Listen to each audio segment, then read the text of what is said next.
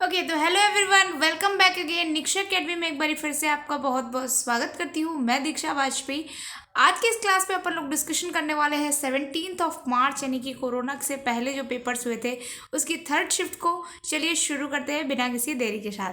पहला क्वेश्चन आप देखिए आपकी स्क्रीन पर है। We were busy at the work and went for lunch only at 2:30 PM। इसमें एरर बतानी है अपने को, ग्रामेटिकल एरर बतानी है। देखिए वर लगा है और साथ में वेंट लगा हुआ है, तो आपको दिख रहा है टेंस की तो कोई भी एरर नहीं दिख रही है। इसके अलावा आप देखिए द वर्क जो इसमें लगा हुआ है, we were busy the work, ये जो है ना एट द वर्क की गलत लिखा हुआ है।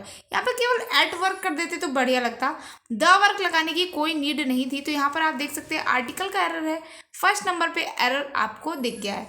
नेक्स्ट क्वेश्चन में चलते हैं। A place where wild animals live. तो वाइल्ड एनिमल्स जहाँ पर रहते हैं उसको क्या कहते हैं, उस प्लेस को क्या कहते हैं? तो सबसे पहले जाते हैं केज। केज जो होता है ना, एक पिंजड़ा टाइप का होता है जिसको बोलते हैं, जिसपे शेर वगैरह रहते हैं, उसको बेसिकली केज बोलते हैं। कैनल, कैनल बेसिकली कुत्तों का घर जो होता है उसको कैनल बोलते हैं अपन। इसके अलावा अगर हम बात करें हच, तो हच मालूम है खरगोश जो रहते हैं ना, संदूक टाइप का रहता है, उसमें आगे पिंजरा टाइप का रहता है, उसको बोलते हैं हच। जो है वो खरगोश वगैरह को रखने के लिए बोलते हैं। और लेयर जो है वहां पर उसको बोलते हैं वाइल्ड एनिमल्स जहां पर रहते हैं उसको। ठीक है, तो थर्ड ऑप्शन आपका करेक्ट हो जाएगा। नेक्स्ट क्वेश्चन में चलते हैं। नेक्स्ट क्वेश्चन कह रहा है there was no sign of recognization on his face when they met after 10 years। तो देखिए यहाँ पर क्या होगा, no sign for recognization, sign of होगा ना, क्योंकि यहाँ देखो नाउन ऑफ नाउन का बनना है, तो फॉर रिकॉग्नाइजेशन गलत है, साइन टू रिकॉग्नाइजेशन गलत है, no any sign of, any क्यों लगा देंगे, एनी बनाने की कोई ज़रूरत नहीं है यहाँ पर। ठीक है, जो भी लिखा हुआ है नो साइन ऑफ रिकॉग्नाइजेशन बिल्कुल सही लिखा हुआ है, साइन ऑफ रिकॉग्नाइजेशन है ना, रिकॉग्नाइज पहचान के कोई भी साइन उसके चेहरे पर नजर नहीं आ रहे थे, यही दिखाना है ना। तो यह इसका आंसर क्या हो जाएगा, थर्ड नंबर आंसर हो जाएगा। जो भी लिखा हुआ है एग्जैक्ट सही लिखा हुआ है। चलिए अगले क्वेश्चन पे मूव ऑन करते हैं। नेक्स्ट क्वेश्चन क्या कह रहा है, अ सोल्यूशन और रेमेडी फॉर ऑल डिफिकल्टीज और डिसीजेज। 100 टाइम्स पूछा गया, मतलब और भी ज़्यादा हो सकता है, मुझे आइडिया नहीं है, लेकिन 100 टाइम्स तो है ही डेफिनेटली। 100 टाइम्स इस क्वेश्चन को पूछ चुकी है एसएससी। तो कोई इसको क्या बोलते हैं, थेरेपी वो होता है जो आपको कोई मतलब बेसिकली थेरेपी दी जाती है ना, सेशंस दिए जाते हैं, उसको बोलते हैं थेरेपी। हेयर सेशंस होते हैं, आप पार्लर वगैरह जाते हैं उसमें भी थेरेपीज दी जाती हैं, आपकी बॉडी ट्रीटमेंट में थेरेपीज दी जाती है। ठीक है, ट्रीटमेंट आप करवाते हैं, डॉक्टर से जाकर के अपना इलाज करवाते हैं। मेडिसिन यानी कि दवाई हो गया। ठीक है, यहाँ पर होगा पेनेशिया, रामबाण बोलते हैं एक ही दवा जो सभी बीमारियों में काम आ जाए उसको बोलते हैं पेनेशिया। जैसे कि कोरोना के टाइम पैरासीटामोल था ना, पैरासीटामोल को सारी दवाइयों की तरह यूज़ किया जा रहा था, आपको कोई भी प्रॉब्लम हो बस पैरासीटामोल खा लीजिए आपको प्रॉब्लम दूर हो जाएगी, है ना। तो उसी तरीके से पेनेशिया, पी से पैरासीटामोल, पी से पेनेशिया, याद रखेंगे। चलिए अगले क्वेश्चन पे मूव ऑन करते हैं। नेक्स्ट क्वेश्चन जो है वो आपका है, पैसेज है, Valley of Flowers National Parks and Indian National Park located in North Camoli in the state of Uttarakhand is known for its meadows of endemic alpine flowers and variety of flora। Flora मतलब पता है ना, जहाँ पे kind of flowers या kind of plants के लिए रहता है ना। फौना किसको बोलते हैं, नीचे कमेंट सेक्शन में बताइए, काफ़ी बार पढ़ा चुकी हूँ, FAUNA। फौना किसको बोलते हैं, जल्दी से बताइए। Dash richly diverse area is also home dash rare and endangered animals including the Asiatic black deer, deer नहीं है, bear है, bear, snow leopard, musk deer, bro bear, red fox and blue sheep। ये सारे जानवर जो है खतरनाक वहाँ पे रहते हैं। Birds dash in the park include the Himalayan monal peasant and other dash altitude birds at 3658 meters above sea levels, the gentle dash of the Valley of Flowers National Park। ये कुल मिला के valley of flowers national park के ऊपर पूरा based है। सबसे पहले देखते हैं कि पहले वाले ब्लैंक में क्या आना चाहिए। तो आप देख सकते हैं फ्लोरा तक जो है वो सेंटेंस खत्म हो गया है, फ्लोरा के आगे क्या सेंटेंस स्टार्ट हो सकता है, किससे सेंटेंस स्टार्ट होगा, तो देखते हैं क्या होगा आंसर। पहले में देखिए ऑप्शंस क्या क्या है हो सकते हैं, तो ऑप्शंस पे पहले एक बार निकाल दौड़ा लगते हैं, दिस, दीज, विच और दैट। तो देखते हैं क्या आना चाहिए यहाँ पर। तो यहाँ पर बात किसकी हो रही है, this richly diverse area is also home.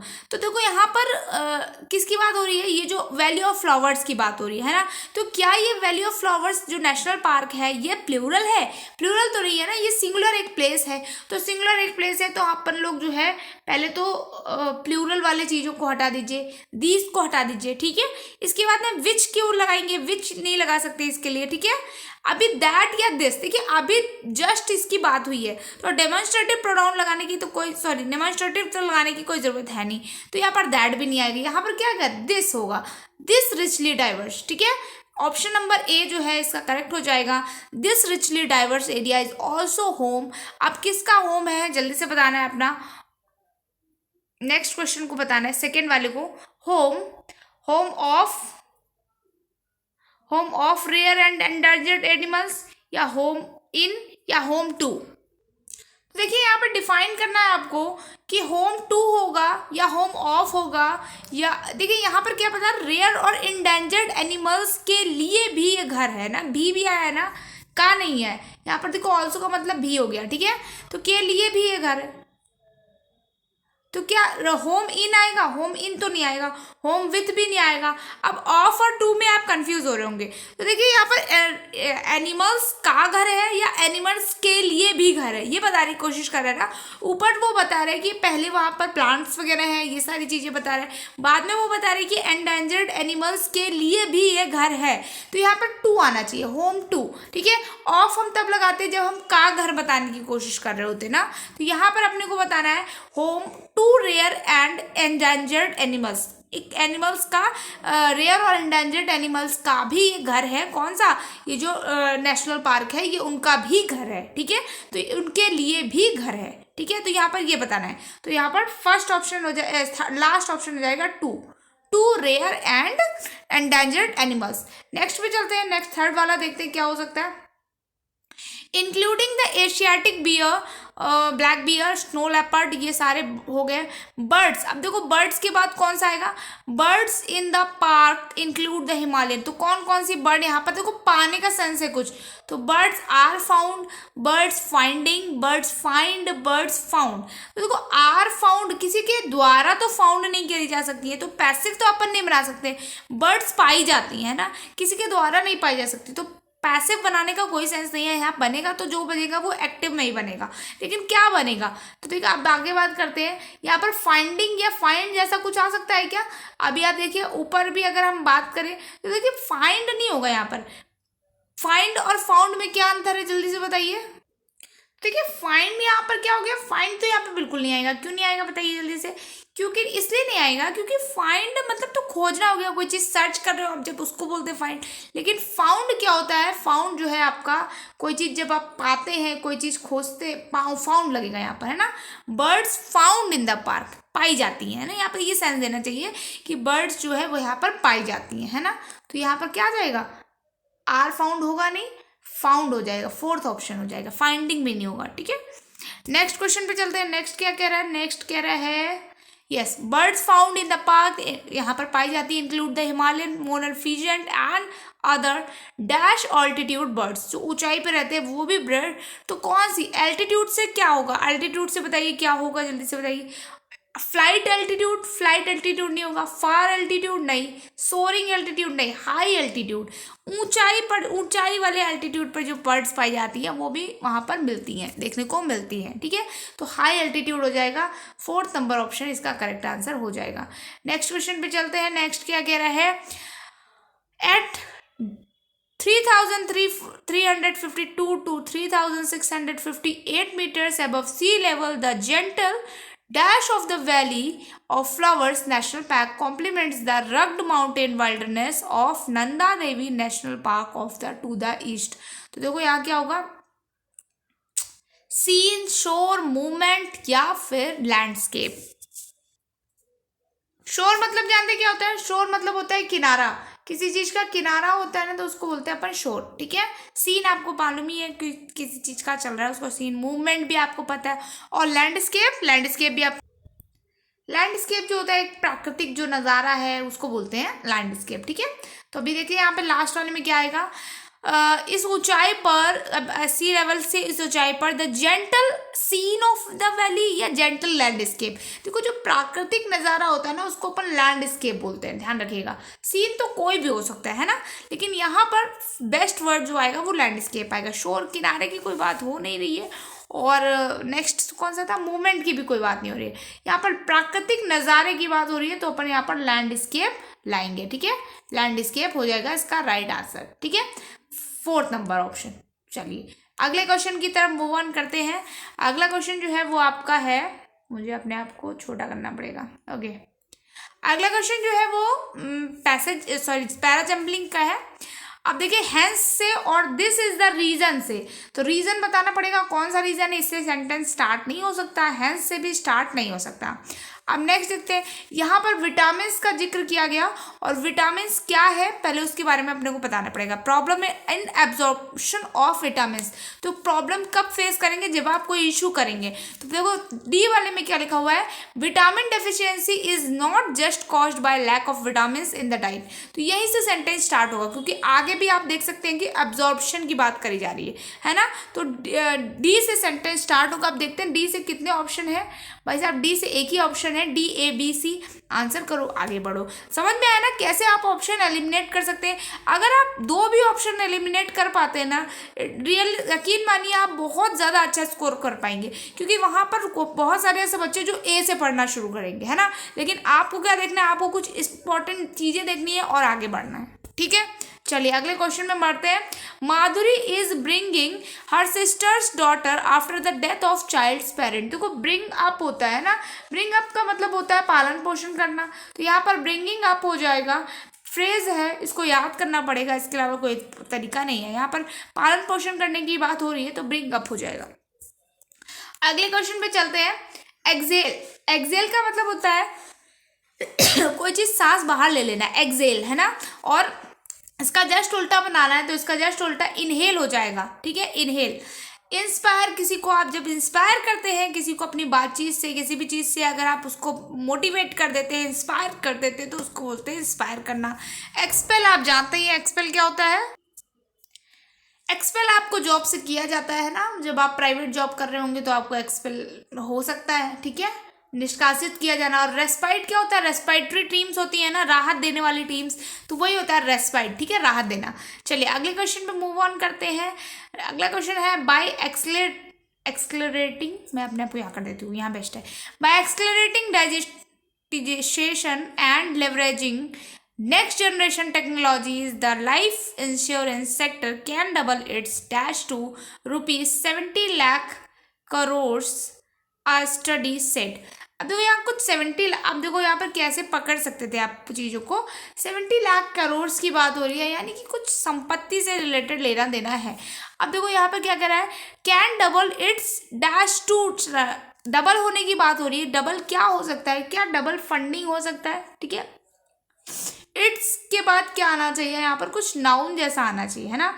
तो ये रिपोर्ट्स को डबल क्यों करेगा कोई, पॉलिसीज को डबल क्यों करेगा, वो भी रुपीज़ में, मनी में कोई डिपॉजिट नहीं डबल करता।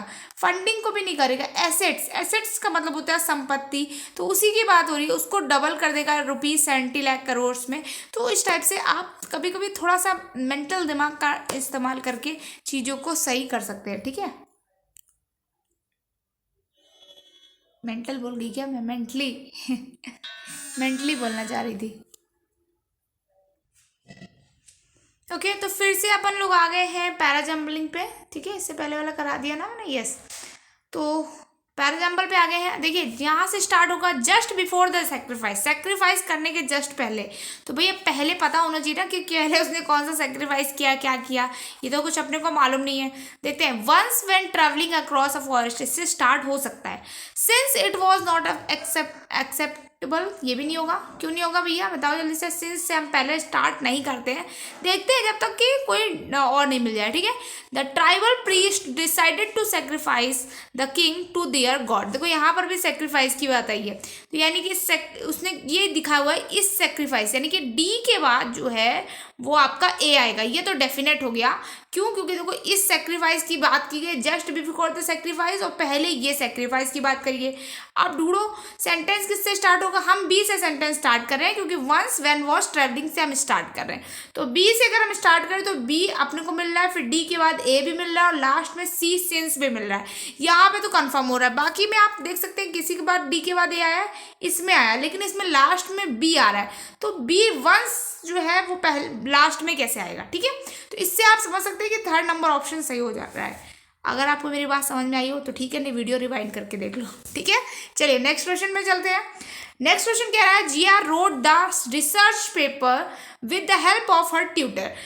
रोट लगा हुआ है, पास्ट टेंस है, यानी कि अपने को वॉज रोट ढूंढना है, सॉरी वॉज रोट नहीं ढूंढना है, वॉज रिटन ढूंढना है, ठीक है। वॉज रिटन कितने ऑप्शंस पे, देखिए वॉज रिटन सिर्फ एक ही ऑप्शन में, फर्स्ट ऑप्शन में, ठीक है। रोट जो है वो सेकेंड फॉर्म होता है, रिटन जो है वो थर्ड फॉर्म होता है, ठीक है। तो चलिए अगले क्वेश्चन में चलते हैं। नेक्स्ट क्वेश्चन कह रहा है अकर। अकर मतलब होता है कुछ होना, किसी चीज का होना, है ना, उसको बोलते हैं अकर। सिनोनिम बताना है। हैसन मतलब होता है जल्दीबाजी।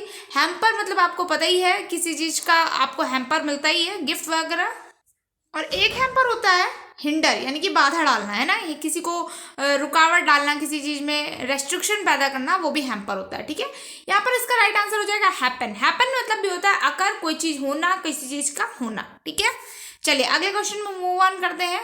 अगला क्वेश्चन बताने से पहले कलर महोदय हमसे गुस्सा हो गए हैं। चलिए अगले क्वेश्चन में चलते हैं। When they read about the proposed strike of buses, they said we will cross the bridge when we come to it। तो we will cross the bridge का मतलब क्या होता है, ब्रिज कब तुम क्रॉस करोगे, जब, क्या पता उसका मतलब होता है, क्या होता है, क्या कॉल देम फॉर टॉक्स, नहीं, कॉल देम फॉर टॉक्स नहीं होता है, कैंसल अवर प्लान्स भी नहीं होता है, प्रिवेंट देम भी नहीं होता है, सॉल्व द प्रॉब्लम होता है। यानी कि उसका कहने का मतलब था कि हम प्रॉब्लम सॉल्व कर लेंगे जब हम इसको कोई प्रॉब्लम में आएंगे, है ना। तो solve the problem, cross that bridge का मतलब होता है solve the problem, main problem को सॉल्व कर लेना। चलिए अगले क्वेश्चन में चलते हैं।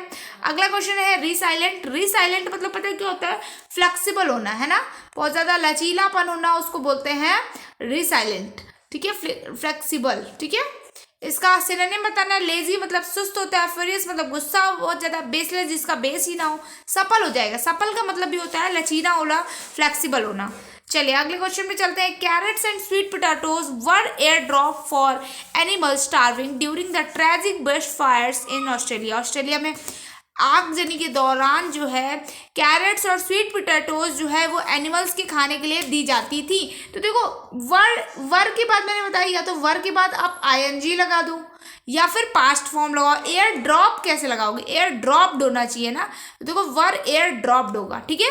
पास्ट की फॉर्म लगेगी ना, या तो ING होगी, या तो ING वाला फॉर्म आएगा, और या तो पास्ट की फॉर्म आएगी। चलिए अगले क्वेश्चन में चलते हैं।